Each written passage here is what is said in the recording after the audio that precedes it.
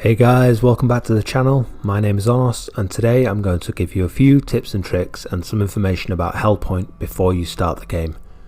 This video will not contain any major spoilers, although the gameplay footage does show some in-game areas outside of the starter zone, but no major story content, secrets or boss fights. In the guide I will be discussing general tips for the game and some gameplay mechanics you should know about. I will also touch on how to access the online co-op and PvP options in Hellpoint.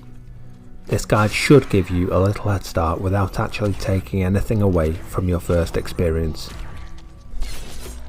If you enjoy the video guys, please leave me a like or comment. Also perhaps consider subscribing, as I have a lot more Hellpoint stuff to go over in the very near future, including some secrets, weapon locations and more. Okay, let's get started. Tip 1. Exploration is key. This game is shrouded in mystery and secrets. You need to be checking every corner and looking to the high ground to find paths through each of the areas. You'll find very early on that you're able to almost go straight for the first boss fight, for example, with very little time invested. The same is true for other bosses too. Getting to them isn't difficult at all. You could probably beat each boss early on too, but I would not recommend that. The game has so much to offer, but much of it is not on the linear path.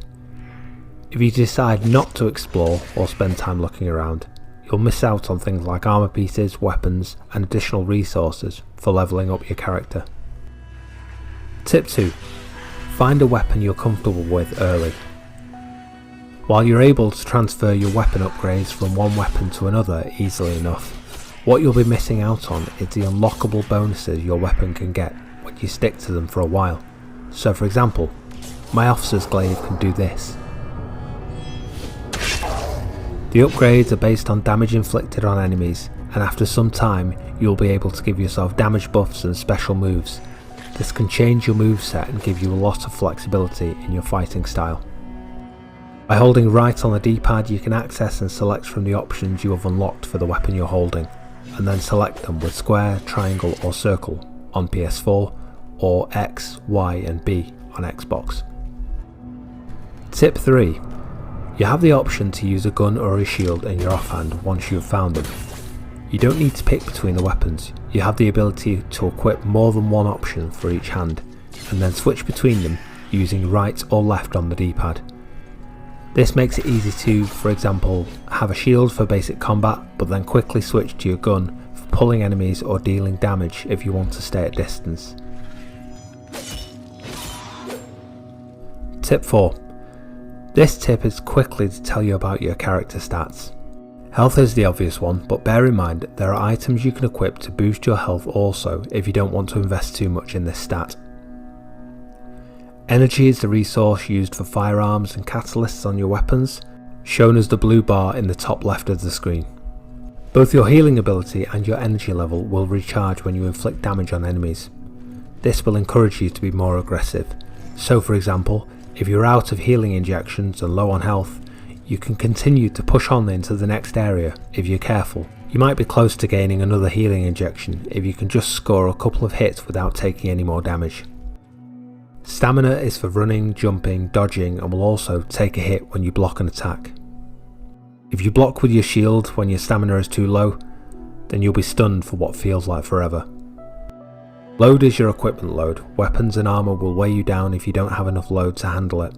Strength will scale your damage for strength-based weapons and in some cases is a prerequisite for using certain items. Reflex is similar to dexterity in other games, again scales damage for some weapons and can be a prerequisite to use them. Cognition is the damage scaling for firearms and may be needed to get to a certain level in order to use those items or weapons. Foresight increases the damage dealt by catalysts which can be attached to weapons. Defense is how much damage you take and is broken down into various damage types. You'll find that different armor sets and shields will benefit you for different types of damage, so it may be beneficial for different enemies or areas. Tenacity is how much damage you take without having your attacks interrupted. Tip 5. Basic one this time. A breach is the same as a shrine in Neo or a bonfire in Dark Souls. You will come across them periodically and you can use them to level up and consume your axioms, which is the resource used to level up.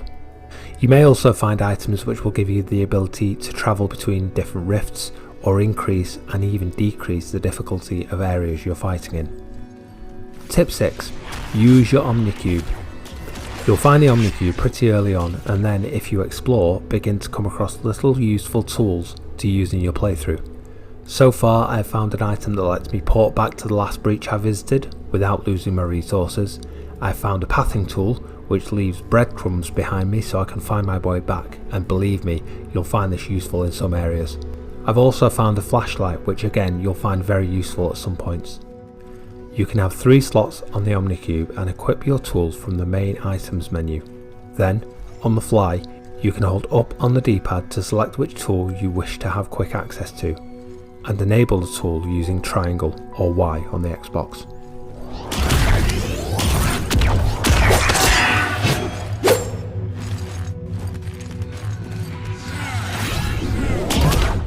Tip 7. You can access a menu to do emotes to fellow players. This menu also gives you access to the online options if you press the shoulder buttons once you're in it. You can leave messages for people, place an invite for people to find co-op with random players. You can also enter a private match using your match code. This can be used for either co-op or for PvP gameplay. The button to access this menu is the central touchpad on PS4. Sorry Xbox guys, I don't have an Xbox One or a PC, so you'll need to figure out which button it is. Let me know in the comments when you find it please. Right guys, that's the basic starter tips I've got for you for the time being. I do plan to release more guide videos on Hellpoint, but these are more likely to contain spoilers, as they will be impossible to avoid forever. I hope you found this useful. Leave me a like and comment if you don't mind, sub if you're new, and I'll wrap it up here. Thank you for watching, take care, stay safe, bye bye now.